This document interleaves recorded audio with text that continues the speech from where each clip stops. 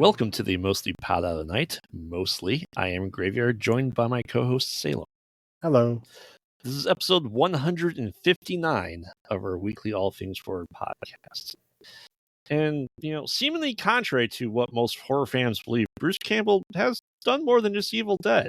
We saw him live a couple years ago, and he tries to pound that in people's heads, and they just didn't care to listen. My favorite of that night was he spent how long? 30 minutes talking about how when you meet a celebrity, don't ask them about what they're known for. Ask them about some kind of obscure thing then they'll actually want to talk to you. And he used the example of when he talked to William Shatner, he didn't ask him about Star Trek. He asked him about TJ Hooker. Right. And the power slide in TJ Hooker. And he said, he just lit up and he just started talking about it. And it was fun. And then immediately after he said that, he's like, does anybody have any questions? And the jackass stood up and was like, what was it like working on Evil Dead 2? And you could just see his face deflate. He's just like, I just spent 30 minutes fucking talking to you, telling you not to ask me that question. Yep. And the idiots just got up and asked it. And I was like, wow, man. I feel like we were two the odd people out of that room of 1,000. Yeah, I mean, don't get me wrong. I like Bruce Campbell, but some people worship him. I don't quite get that, but yeah, he's done a lot of things other than Evil Dead, and some people just can't quite grasp that concept. Yeah, easily. But yeah, that's why we kind of made this here as well, because some of them are good, some of them live up to confessions of a B actor, B movie actor. And I'd say it's kind of a mixed bag in tonight's episode, right? And we're serving up 3 from his back catalog, so we can finally maybe stop hailing to the king and get into his other work and appreciate his other stuff with Mindwarp from 1992, Bubba Ho-Tep from 2002, and The Woods that eventually released in 2006. I saw a trailer for it back in 2004 and waited many years for it to come out, not thinking it was ever going to. But finally it did. Yeah, I'm excited. It's I don't think I ever watched Mindwarp before this. I may have. It may have been a very long time. But it's kind of one of those obscure ones. Yeah, the funny part is I know for a fact I've seen the beginning of that movie. And I don't remember if it was on cable and I just, changed the channel or left or something. Or if it was I started watching it and I'm like, I don't like this movie. And I just turned it off. I don't know which one, but it was before it got interesting. Because the first, I don't know, whatever, 20 minutes is just kind of a girl and her mom in a virtual reality machine. And I was like, this is the whole movie. This is dumb. Yeah. But yeah, I wish I would have hung on for the rest. Oh yeah. But yeah, I'll start off with Mindwarp from 1992. As you said, it starts off with a mother and daughter that are TX 1138 Matrix. It's the best way I can kind of describe it. It's they live in virtual reality to the point to where they don't care. They literally wake up to eat and piss and shit and then go back in. Yep. That's it. They shouldn't be skinny. Their muscles should be atrophied. And let's face it, whatever Mr. Coffee's green sludge looked disgusting. That doesn't seem like a lot. Well, yeah, it's that's sludge to keep you alive. Yeah. So yeah, essentially the daughter kind of is like, oh, I miss Dad. I wish Dad was still here. Mom, can we talk about it? She's like, no, don't question anything. Just go back to the virtual reality. And then she invades her mom's virtual reality and pushes it off stage, and then ends up killing her. And then the powers that be in infinitum, right? Whatever, something like that. Whatever they made up is hey, AI overlord, that's clearly a person. You have been punished. You must be exiled to the outskirts. And it's now, it's 2037. And we lost the ozone layer. And yet we only have snow some places. And which doesn't even make sense. We'll get into that later. But yeah, essentially she's in the dead zone and irradiated, and like you're going to die if you're in there. And there's like pits, pits there. There are like quicksand, stuff like that. And she kind of falls into one, and she gets seemingly rescued by mutated goblin Mad Max warriors, I think is the best way to describe them. They're just your average run of the mill like radioactive mutants. Yeah. Yeah, but she kind of gets captured and she's kind of saved, but then getting captured by them. Then a guy shows up and is dressed to the teeth to make sure that he's not going to have any radiation poisoning, saves her and brings her back. And look, it's Bruce Campbell. And he's like, yeah, you need to not go out there. You need to be covered. And those are mutants. And, I'm going to teach you the ways of the world because you're exiled. You're no longer part of the people that were jacked in. This is your life now. Here's how you determine if quicksand is good or not. If you poke it and it doesn't cave in, walk on it. If you poke it and it does cave in, don't go on it. Great. That's really great. You have a 3-foot radius you can try to walk every time. But yeah, he kind of learns everything that's happened. We kind of destroyed it. I don't know if they really said how they destroyed the ozone, other than we did it. Well, in the 90s, there was a lot of talk about the whole ozone. Yeah. So like everybody assumed that the ozone layer was going to go away and everybody was going to die. It was just a matter of time. Right.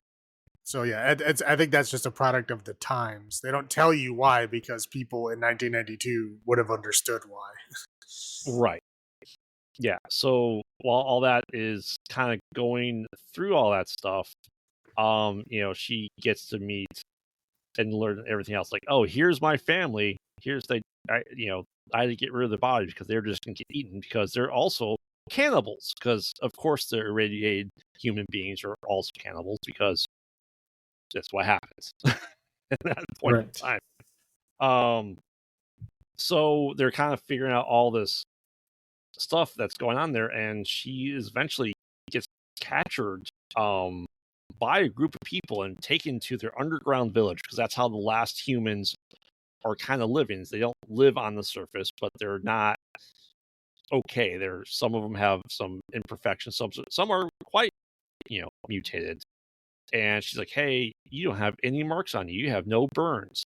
You must be there. Oh, you're gonna be a bloater. That means being used to give birth to people because radiation makes people sterile. Surprise, surprise.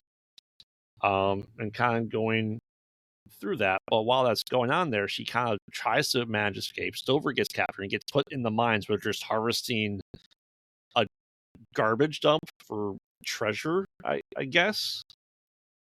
I guess one man's trash is another man's treasure. Right? So so he's working. Stover, Bruce Campbell's working the mines, and she gets to meet the seer.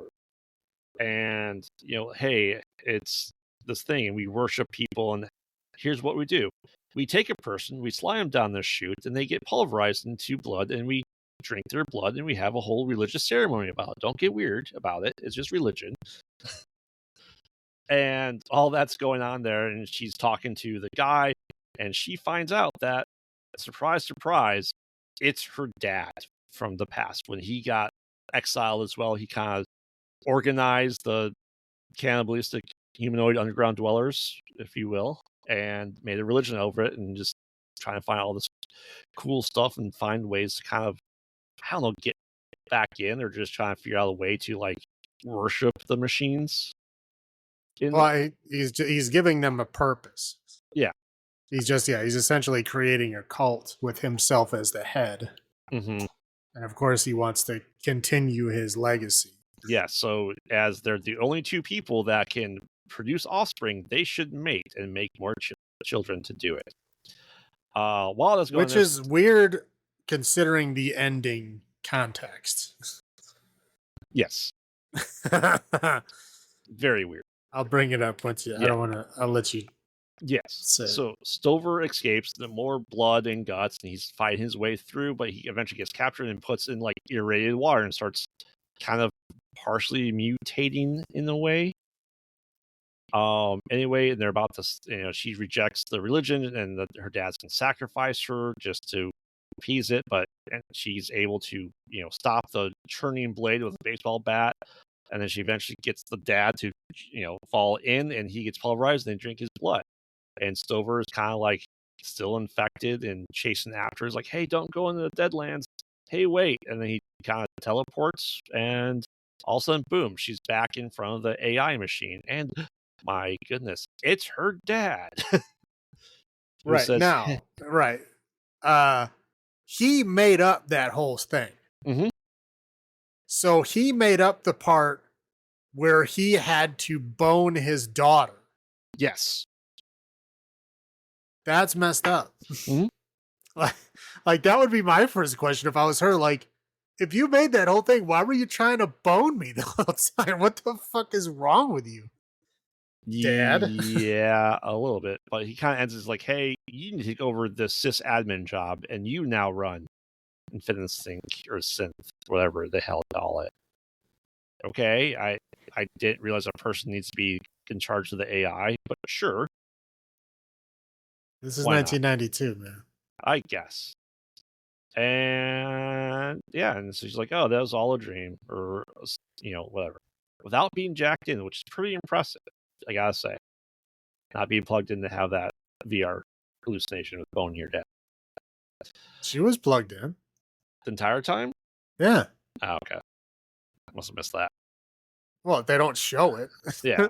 Because it ends with her putting on the magic hat. Which, yeah. But because she's still in the system, she's just taking the sysop role from her dad. Right. But like, yeah, when she went back under, because, eventually she woke up and they took her outside, that was all a dream. So she's still under the whole time. Right. Okay. You'd imagine that she'd have to get up to piss and eat You'd at think some so. point there, because it was like over a few days, but you'd think so. Who knows? Yeah. The movie's not really clear about all that stuff. So yeah, like I said, I vaguely remember this, but I didn't remember anything of this plot in the least bit. And I was watching, like, I think you would have enjoyed this because it's post-apocalyptic cyberpunk-esque. There's not really any cyberpunk in there, but definitely post-apocalyptic. So yeah, it does get points for that. Yeah. So why don't you go first for your highlights? Yeah, like I just said, it's apocalypse mutants and gear. So that's, fun stuff. I'd really dig that. It's fun to see Angus Scrim in another role. Yeah. Besides the fucking horrible shit Phantasm movies that he was in. This is the only, I know he's been in a lot of other stuff, but this is the only one I can see him in. I don't remember him being in anything else. He looks fairly normal. Right, yeah. It's like he's not, an alien saying weird shit all the time. Just a normal dude. Well, normal dude trying to bone his daughter. Right. They like the sysop hat with all the goopy tubes and wires coming out of it was kind of sort of cool. I enjoyed that. And then the quote unquote twist. I know you can see it coming from a mile away, but it's still fun. I like when you realize the whole thing's just a dream, because usually it's terrible, right, and pointless. But yeah, still fun. That's all I got. All right. Of course, for me, this is one of the 3 Fangoria movies that they made in the 90s that essentially got lost to time. It disappeared for a long while. It took, I was reading about it, it took like years for people to find a copy of it and then restore it and all that stuff, which is pretty interesting. Now, you can tell that Fangoria wanted it because it is bloody, like squirts of blood, but that's not necessarily the best looking mutants, I guess, is a good way to put it. Yeah. Okay, you could tell somebody put a lot of time into the masks. The problem is that they didn't plan for those masks to move. Right. So these things are like talking and nothing is moving. And like there's a lot of footage of them just staring at people because that's all they can do. Right. So like you see their eyes behind the mask, and then the mask is completely still. And that's, I think that but the mask looks good. It takes you out of it because the mask never moves. Right. It's like, in Planet of the Apes when you can see the whole like mouth part moving every time they talk. It's Yep. just like, okay, you can totally tell that's a weird mask. It's like, why? I mean, better than Jeepers Creepers Reborn mask. Oh So, yeah, for sure. yeah. They're not wearing garbage bags. Right. And of course, Bruce Campbell and Angus, as you said, gotta jack in with your VGA expansion port. I think that was like a serial port. It might have been a serial. I don't even think it was VGA. This is 92. I'm pretty sure that was a serial port. Do you remember those? You were able to go to Radio Shack and go to their drawer and get like the adapters. Is like one of those just glued to someone's neck. That's like the little like half-inch thing. Right. Exactly. Yeah. And it's this is only 12 years away from this ozone layer disappearing, so that's great. Well, I'm pretty sure that 12 years away from the world completely disintegrating because the ozone layer. I'm pretty sure the ozone layer would have already been gone if this was our actual timeline. Fair. Like I said, the gore, but cannibals with religion, pretty interesting. Generally don't see it. So I thought it was an interesting point of it, but that's all I have for my highlights. Low points, of course, is that diarrhea snot sludge that they were forced to drink and thought that was the greatest thing in the world. Like, that's disgusting. I don't think they thought it was the greatest thing in the world. I think it was just they were doing it because it meant they could just drink that and then get right back in the thing.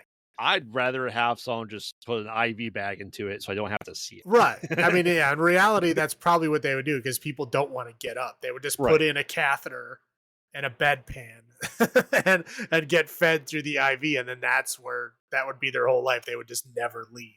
Mm-hmm. You'd need someone to like clean up after you, I guess, or like a robot to do it or whatever. Right. But yeah, you would never have to get out of it. Yeah. I thought it was funny when she's being captured by them that they just gently put something in her mouth that she couldn't easily have just spit out. Right. Yeah, she's just sitting there. I'm like, that's not really a gag. It's just like sitting right in the first inch of your mouth. Like you can push it out with your tongue easily. Yep. Yeah, but eventually she did it after like multiple minutes. Right. The masks, as you said, weren't that great to work with while moving. If there was no ozone, why would there be like a nuclear winter on the water? There'd be no water, first off. No, there would be water. I mean, ozone doesn't like it. Ozone doesn't make it super hot. So like things aren't going to like burn up. No ozone means you have no protection from the sun's radiation. Right. So it's not, I mean, obviously things are probably going to be warmer, but it's not like super sun is going to evaporate all the moisture in its whole area. Well, I mean, he's saying that it's winter. There really wasn't a lot of snow other than a little bit in the water. No, well, we also don't know where they were. That's true. If you're in like Mexico, winter is probably about that. Yeah, that's fair. In the Juice-O-Matic, the human Juice-O-Matic, if that old ass baseball bat that's wood is able to stop the blades from moving, I think a bone might be able to as well. Maybe. I mean, in theory, sure. Yeah. But yeah, that just seemed weird to me. And of course, the ending of the AI needs a assist operator still is weird. Like, I don't know the purpose of the human interface in this AI environment. Well, I mean, it's not necessarily AI; it's just a program, right? You need somebody to watch it to make sure that people aren't getting crazy in there. You don't want somebody like going, "I want to be a serial killer and murder everyone," because then, like, if they come out, they're going to be a murderer that now has had a lot of experience murdering people. It's probably like that. It's probably just like a limitation, like watching people to make sure they're not getting stupid. Maybe. It just seemed unnecessary I think. Again, this is also 92. Yes, they were aware of AI, but it was a concept. Mm-hmm. It was like you'd have to read books. You have to read like Isaac Asimov to know what AIs and robots would do. But yeah, I mean, I don't think it's all that strange. Yeah. But that's what I have. What are your low points? I will say Judy's acting is horrible. I mean, wow. I don't know if she ever did another acting job, but she deserves to never work again. Like that was horrible. Um, the future tech that they have like looked like shit. Looks like they just like made it out of paper mache. Like it was like, okay, guys, you could have tried. You could have done something. Like repurpose something that looks futuristic. I mean, what James Cameron just used like McDonald's styrofoam containers and spray painted them and looked decent. Right. Yeah, or like ice trays. Right. It's like, yeah.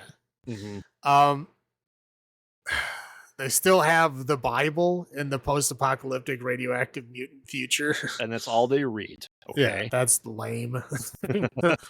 um okay, in the beginning, there's this dude. I'm like, wait, what? Like the dude that injects the girl with the drug before she gets like exiled, right? Mm-hmm. He was carrying a full syringe in his pocket with no protection on the needle. Mm-hmm. Like, I'm pretty sure you would have like slipped and fell and like stabbed yourself, or even just like shifted wrong, and you're like, oh shit, I just knocked myself out. Like, dude, you put a guard over the fucking needle or whatever the fuck. Like, so what is wrong with this dude? Yeah. And again, the mutant masks we already talked about, but it was like another one that I was like, wait a minute. Like the old man, his hood that he was wearing was like human leather, right? Mm-hmm. But it had eyes in it. Eyes don't make leather. What? Like, if you pull an eyeball out of a head, it like deflates. It's like an orb of water. You can't like, and he had like leather that just looked like eyeballs all over. Like I'd be like, oh, it's gonna be freaky to put eyeballs in there, but like, dude, think of the logistics of actually using an eyeball as leather. It does not work. Like eye holes, sure, but not the actual eyeball. I don't know. It just like I'm sitting there looking at it, I'm like, that's not a thing. You can't do that. I understand it's post-apocalyptic, fantasy film, but it bothered me. And that's all I got. All right. So our out ofs this week, I determined there's going to be secret societies because there's pretty much secret societies in these. Whether they're real or not, I guess, is really the question. So, Salem, how many secret societies out of 10 do you give Mindwarp from 1992? I mean, let's be honest, it's not a good No. But to me, it gets a lot of point. Again, I have a soft spot for really shitty B sci-fi stuff. I really do. I don't, even if it's terrible, I still like it. Sometimes I like it because it's terrible. I guess that's how people are with horror movie. That's how I get with really bad sci-fi, especially in the 80s and 90s. Right, that your sci-fi is your cheesy B goodness, and horror is my cheesy B goodness. Yeah, like I like watching them and they're like, holy shit, this is terrible, but still fun. Like Future Kill. It's fucking horrible, but still fun to me. Most people probably would hate it. Anyway, so it gets a lot of points from being all that kind of stuff. So again, not a good movie, but gets a lot of points for style and effort. I'll give it a 5. Yeah, it's one of these movies that first and foremost does not exist on Laserdisc because I already looked. It does not exist that way. I'm pretty sure. Did it even exist on VHS? No, it didn't. And that was the thing, is it's supposed to get like a home release, but like no one was able to ever find one. So maybe it exists at some point in time. Maybe it was like Hardware. It was like a movie that I rented once. I know it existed, but I could never find it. Yeah, it somehow got to Blu-ray in 2013. But yeah. Oh man, this was filmed in Michigan? That's where Bruce Campbell lived at that point in time. Right. So. Obviously, they probably picked him up on the corner. Yeah, they essentially said this is straight to VHS fare, so it's very true. That all being said, yeah, it's an interesting thing to look at because this came out like a year before Army of Darkness, right? So this is kind of like that weird area that wasn't a Sam Raimi-esque thing, but still Bruce doing horror-esque things that as he did more without Sam. as these go on. But yeah, I will agree. I will give this 5 secret societies out of 10. It's an interesting watch at least once. Yeah, like I said, it's fun. It's Mhm. not. You won't hate yourself for watching it once. Again, I would don't own it. Don't watch it again. But if you haven't seen it, it's a fun, retro kind Mhm. of nostalgic vintage watch for sure. Yes. All right, so take us through Bubba Ho-Tep from 2002. Uh, okay. There's gonna have to be a lot of suspension of disbelief to start this story. And so basically, we'll start it off as Bruce Campbell plays Elvis, Mhm. but Elvis, if he faked his own death, kind of, and is now living in an old folks' home in Texas.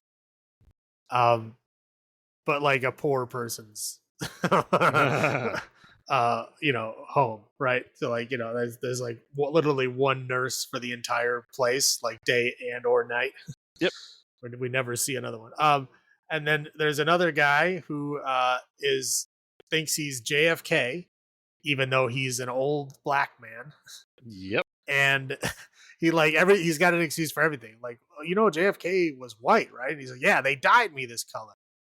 And he's like, well, he got shot in the head. He's like, yeah, they took all the brains out and they put a bag of sand up Mhm. there. Like again, he's got an excuse for everything.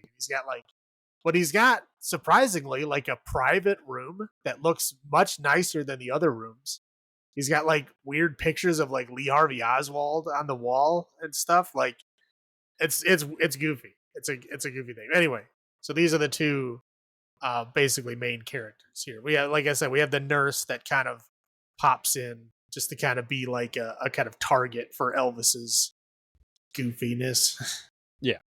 But essentially, so story boils down to there is an Egyptian mummy that is inexplicably dressed like a cowboy who is needs souls to survive.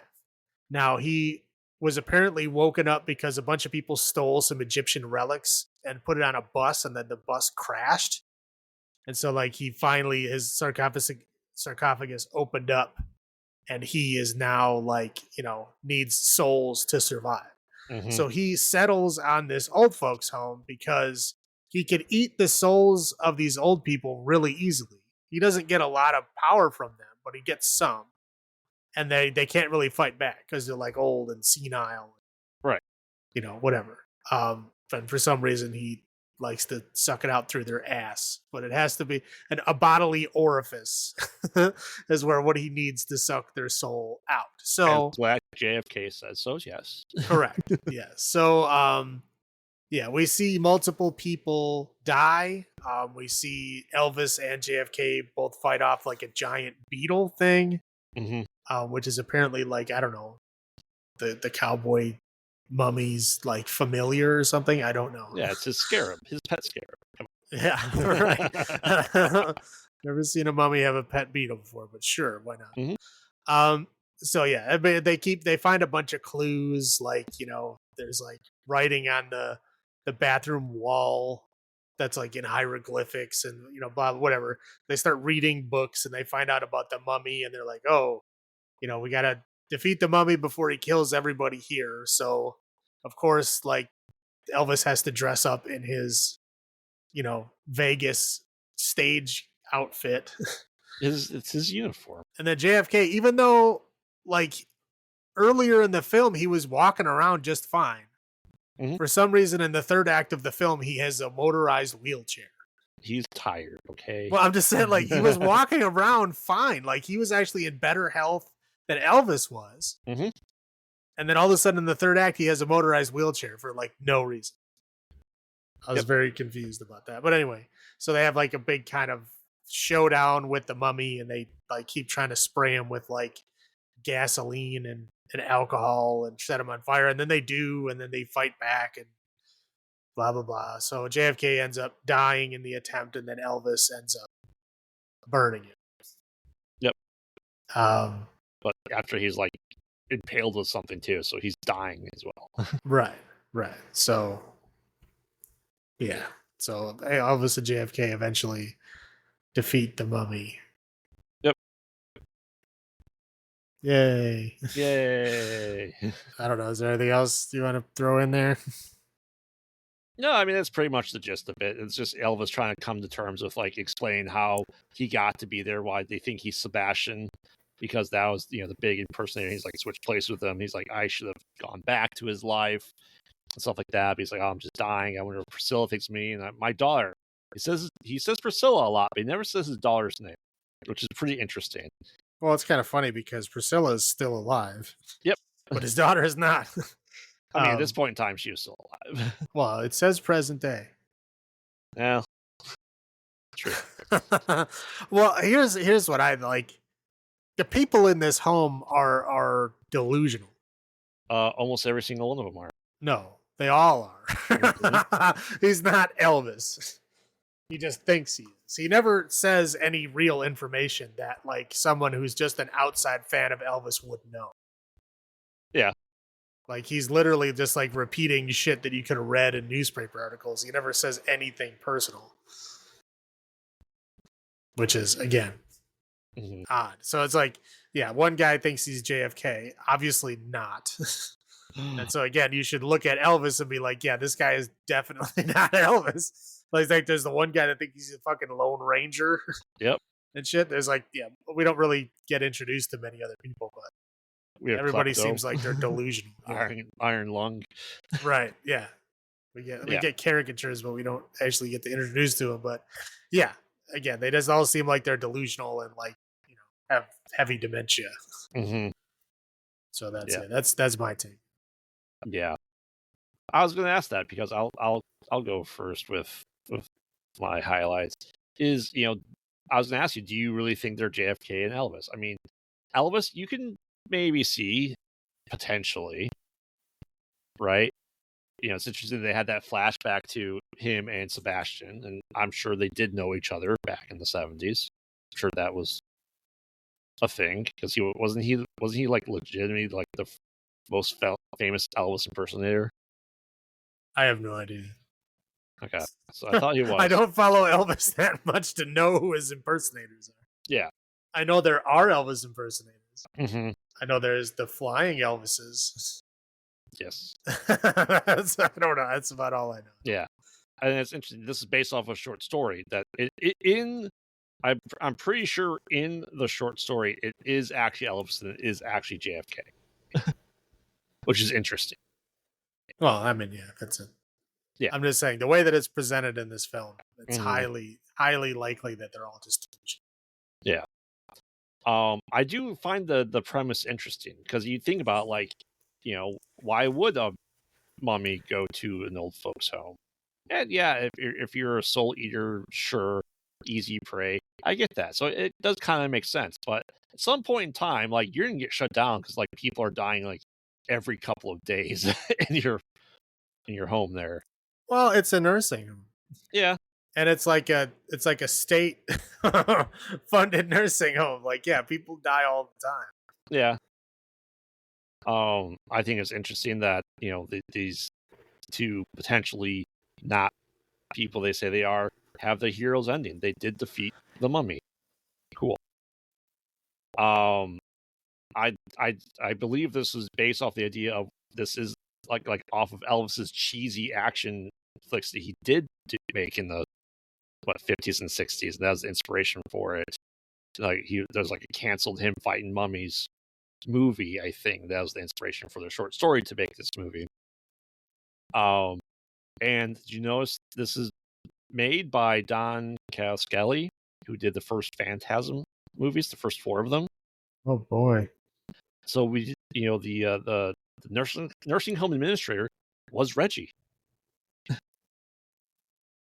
I wasn't even paying attention. Oh, okay. But yeah, that was Reggie. I'm like, it's Reggie. I don't think I knew that. We had Angus Scrim and Mindwarp, and now we got Reggie in this one. Mm-hmm. It's all connected, man. Yeah. That's what I have. How about you? Yeah, I agree. The concept it's ridiculous but fun. Mm-hmm. They have fun with it, and it's entertaining for sure. Again, Elvis and JFK, delusional but fun, right? Yeah, I mean, it makes for interesting, fun stories, you know. And then at the very end of the credits, they do say that coming next is Bubba Nosferatu. I want to see that. There's a story about that. Where is it at? I want to see Bubba Nosferatu. There's a story about that. That's it for my highs. Let's go into lows. Giant beetles. No, thank you. Now here's an interesting thing, right? Because who do you think of as being a leader of Egypt when you think of Egypt? Ramses. Most people would say Cleopatra. Yeah. I guess you're not most people. But so there's like, you know, this ancient mummy wrote on the wall of the bathroom, like, you know, Cleopatra's whatever bitch, or I forget what it was, but it was definitely Cleopatra. Now the funny thing is we're closer to her than she is to them. Well, yeah, like the ancient like the pyramids were 3,000 years before Cleopatra, right? And it's only 2,000 years from us to Cleopatra. Yep. So Cleopatra was not around when this guy was put into a sarcophagus. So there's no way that he would put Cleopatra as a bitch on the wall. He wouldn't have any idea who Cleopatra was. Cleopatra wasn't even Egyptian. She was Greek. Correct. She was from the Ptolemaic dynasty, from Ptolemy, who was a general of Alexander the Great. Yeah. But yeah, so he would have no idea who that was. It's just a nitpicky thing. But again, most people think of Cleopatra when they think of Egypt. But yeah, she was not. She was part of the later era. Towards like damn near the end of it. Right. So you have a movie with Elvis. And yet there are no Elvis songs in the movie. I think that's a huge missed opportunity. You could have licensed at least one. Showed it in like the flashback scene, or you know what I mean? Something. Yeah. But no Elvis songs in a movie with Elvis. And again, there's no other nurses in this entire thing. Like day or night, there's only one nurse. Hey, she needs her cigarette breaks because she's the only one working. Okay? Well, fuck yeah. She deserves more than that. She's working like 24 hours a day. Yeah, we see multiple days and she's the only one that ever interacts with any, like all of these characters. It's just her. So yeah, that's bad. That's all I got. Go ahead with yours. Yeah, no sequel. The Bubba Nosferatu was originally slated to be a joke. And then the movie came out, and then it came out on DVD, and people were like, oh, I want to see Bubba Nosferatu because it's supposed to be a prequel. And there's actually a story that was written for Bubba Nosferatu as well. So it should have been made into a movie, but there I guess a lot of issues. The guy got busy doing other stuff. Bruce didn't like the script that came with it. And in 2017, they actually made a comic book of it. Of Bubba and the blood-sucking vampires, whatever it was. And eventually then became a Bubba Ho-Tep meets Army of Darkness, so, you know, his two characters can meet. So just kind of like how Freddy versus Jason versus Ash turned out to be, that's how Bubba Nosferatu ended up being as well. Lame. I know. There's still, fingers crossed, talks about a movie still coming out. But now he's a lot closer to being that old person age. So right, he doesn't have to wear a gray wig anymore. As opposed to being, you know, only 42-ish when that movie was made now. Had terrible makeup, by the way. Like whenever he moves his mouth, you can see the glue holding his like jowls on. Yeah. That's true. I mean, I think his acting of Elvis was pretty decent for being a B horror movie. I don't think, also, you know, the other actor JFK, I don't think other acting was good in the slightest. Well, yeah, but they kept lining up the whole, like, he way overdid the "thank you very much." Like he must have said it like 20 fucking times in the movie. Like they kept like setting him up to say it over and over and over and over and over. Yeah, like we get it. Yes, Elvis said that. There are other things that Elvis said. Please use other things. Yeah, but the other acting was just not good. So. That's what I have for my low points. I will go first for number of secret societies. Like I said, I love this movie. Unshamedly, I love this movie to no end. Do I think it's the greatest movie of all time? No, no. But I think Bruce fit the role really, really well. So I will give this 7.5 secret societies out of 10. How would you? Um, yeah, I mean it's good. It's worth watching once. Um, Mhm. yeah, this is like my second time watching it. I don't feel the need to ever watch it again. Ah, Um, but I'll six. okay, Do six. yeah, yeah. I'll have to check to see if I have. I don't think I have the Bubba Nosferatu comic. If I did, I'd let you borrow it so you can read what the story was going to be. Well, I'm sure it's gonna be trash. Probably. But all right. Last up, we have The Woods from 2006, which isn't a main Bruce Campbell lead movie, but it's also going back to our director spotlight of Lucky McKee because this is one of his movies. And the premise is not a lot. Let's put it gently like that. Essentially, we are introduced to Heather, who is being put into a all girls boarding school, and this is 1965 because she started a fire. She has trouble at school, so that she's brought to this all girls school led by older women, and you can tell something's off kind of right off the bat.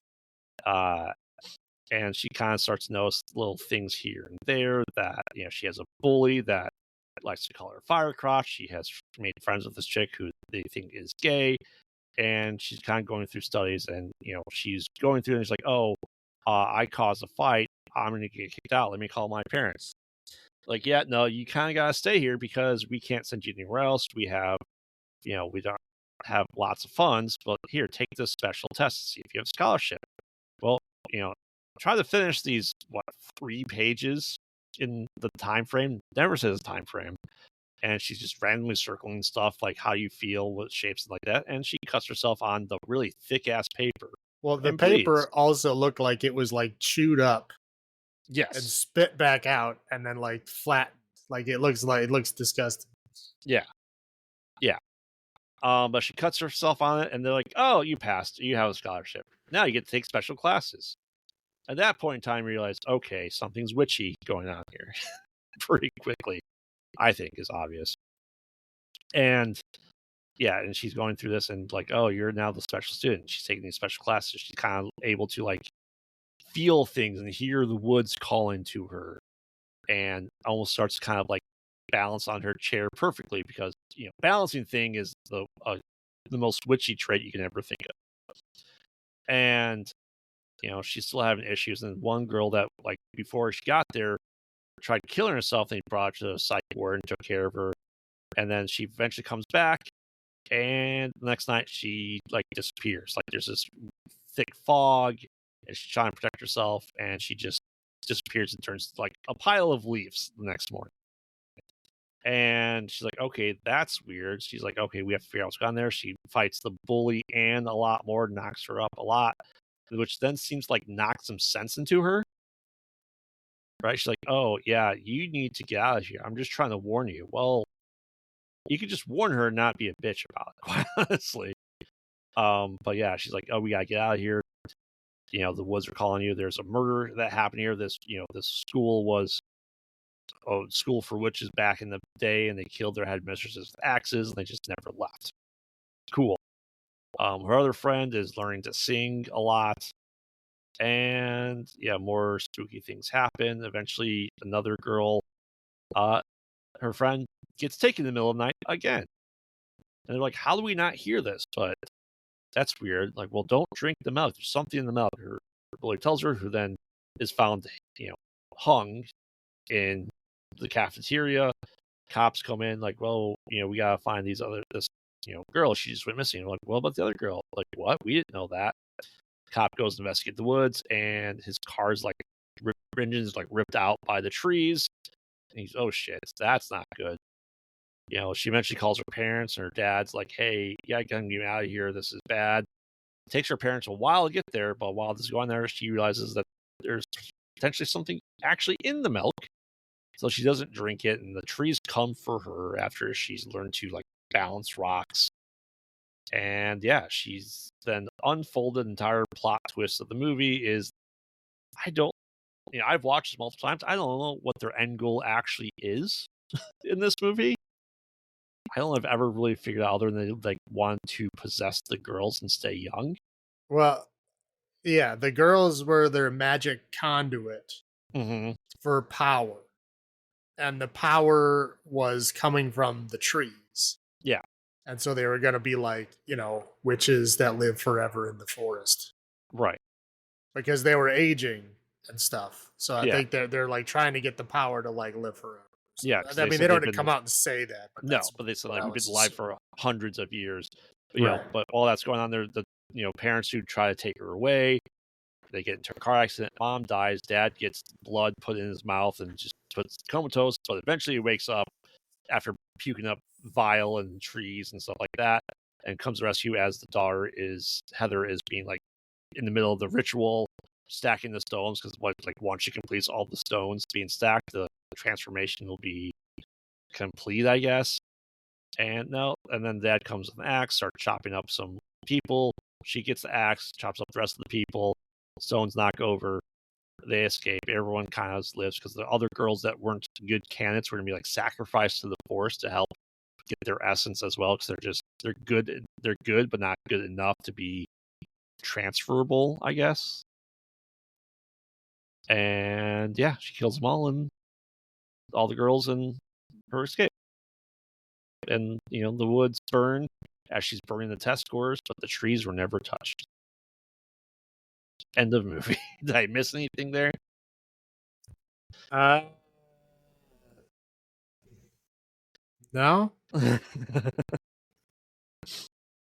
Yeah, it's Other than like the bully has like kind of a redemption yeah, yeah, but that's about it. because the bully was the one who called her dad, Yeah, and the bully was only bullying her to stop her from like follow, like again drinking the Kool-Aid and hmm following their step, so yeah, wrong way to do it in my opinion.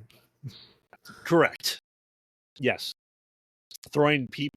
I mean, obviously, she threw the milk that she was trying to drink on her friend to make sure she didn't drink the milk. You see that on the rewatch, like, oh, she's actually doing it her really dumb way of trying to get her to not go with it. But yeah, there's other ways to do it. So, um, yeah. So, what do you remember your first thoughts when you watched this movie? Did you watch it when it came out, or was this your first time? As far as I know, this is my first time. Okay, so I know we discussed you didn't know if you had seen it or not. Well, no, Mindwarp was the one I wasn't sure that I had seen. Okay, This one I know I haven't seen. okay. So, I mean, do you feel like it felt like a Lucky McKee movie? Um, I mean, this is one of his early films. You can see him like trying to fit where where he ended up later on, but like, I mean, it's kind of sort of you can see the growing pains here. Mm-hmm.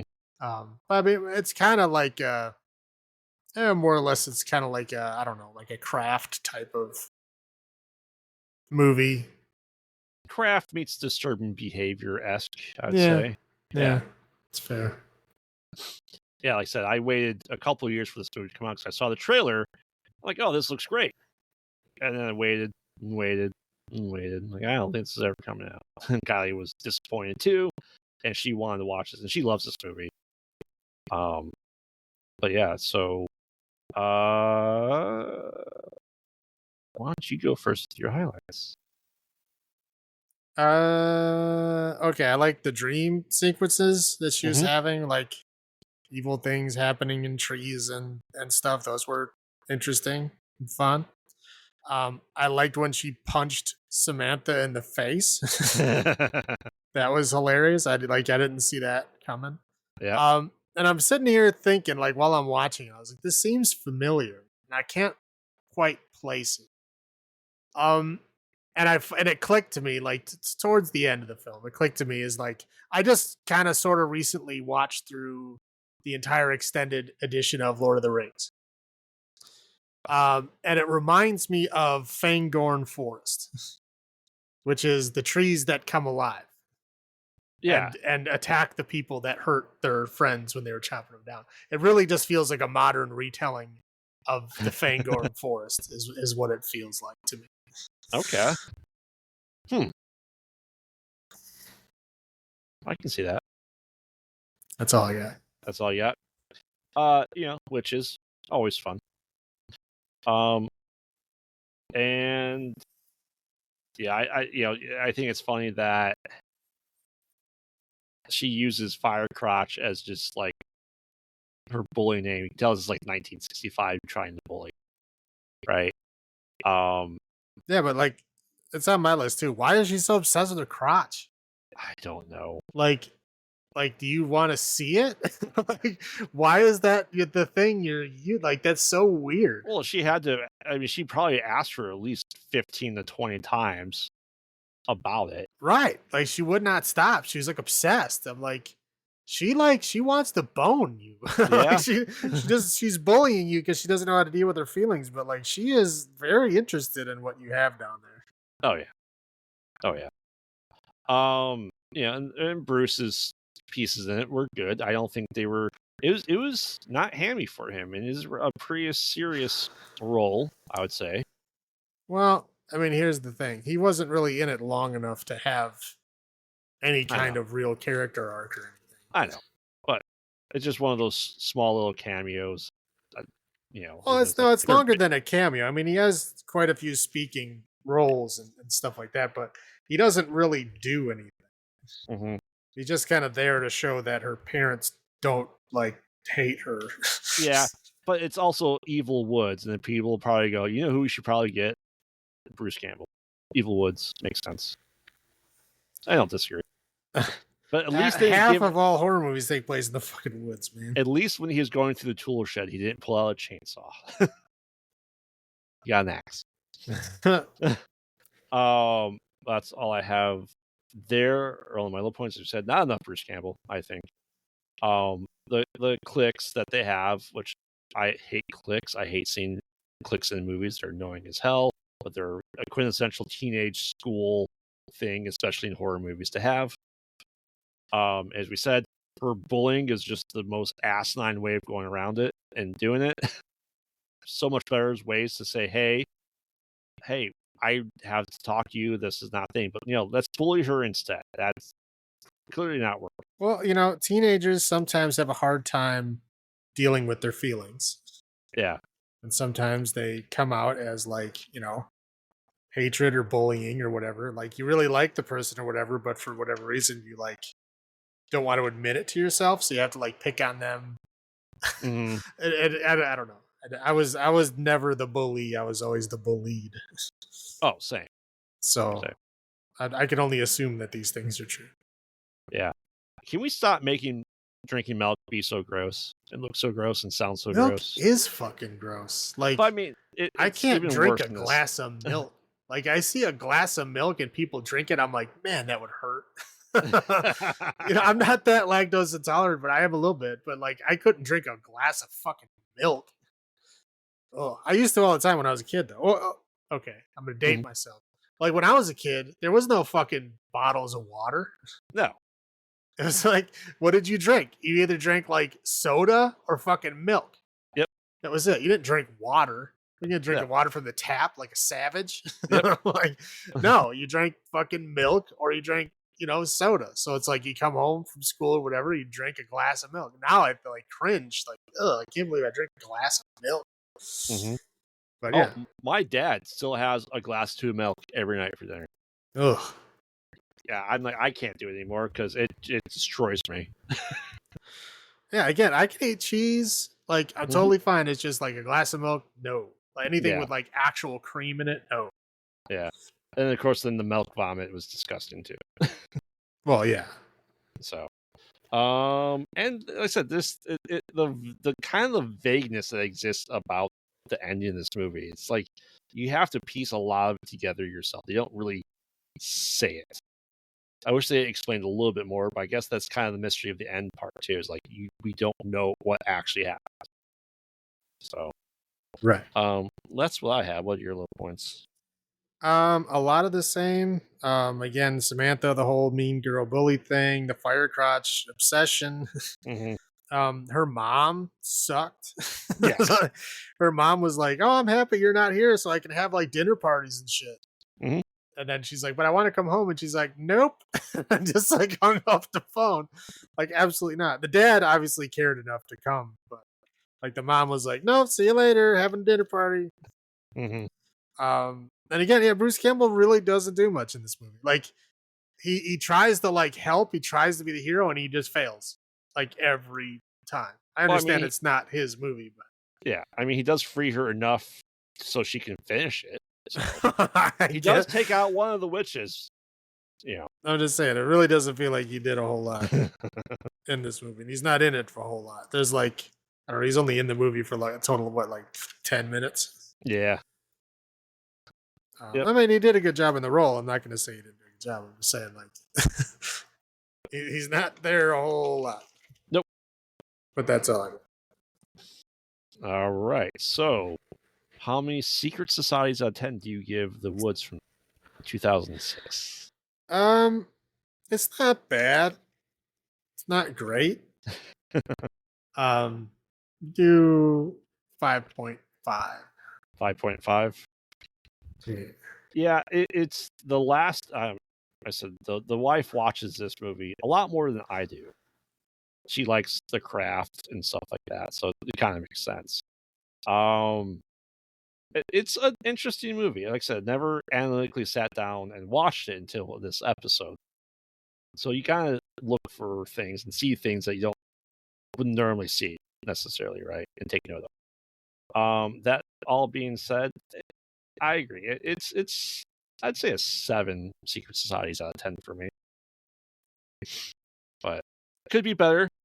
But it has the pieces there to be an interesting movie. I would have maybe loved to see a sequel to see what else is going on there. Maybe a legacy sequel is now however many years later. And I'd love to see if Heather actually has powers and is able to do more stuff. Don't know. So, all right. Well, anything left to add to this Bruce Campbell filled episode? Nope. Not for me anyway. Okay. Well, shh. Stop and listen. Can a recent American remake capture the same feel as the original? I don't want to spoil too much because I know you haven't seen either of these. I have not. No. So I can't see how much it's been Americanized versus not. I know you've heard a little bit from me. I never told you the twist that's there. But yeah, we'll see. And because it's only I think a year and a half to 2 years max between the original remake, the original of Hear No Evil, and the American remake. And yeah, it's like the Japanese remakes they did. They were within just a couple of few years.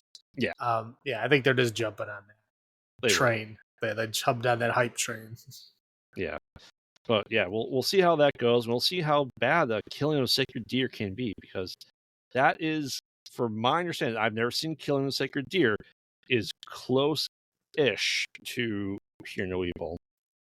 Well, it's funny because I've seen Killing of a Sacred Deer, but I have not seen the other two. You've seen the other two, and I've not seen Killing of a Sacred Deer. Yeah, it's fun. Yeah. Well, we'll hope that we can answer this, and maybe then we can go back to enjoying our vacations in the countryside, because sometimes they're pretty spooky and dangerous, right? So I'm excited. I'm excited to get into this episode. It's been something I've been looking forward to since the remake was announced. So yeah. All right. Well, remember, we watch bad movies, so you don't have to. And this has been Graveyard saying, "Have you checked on the children?" And this is Salem saying, "Long live the new flesh." Good night.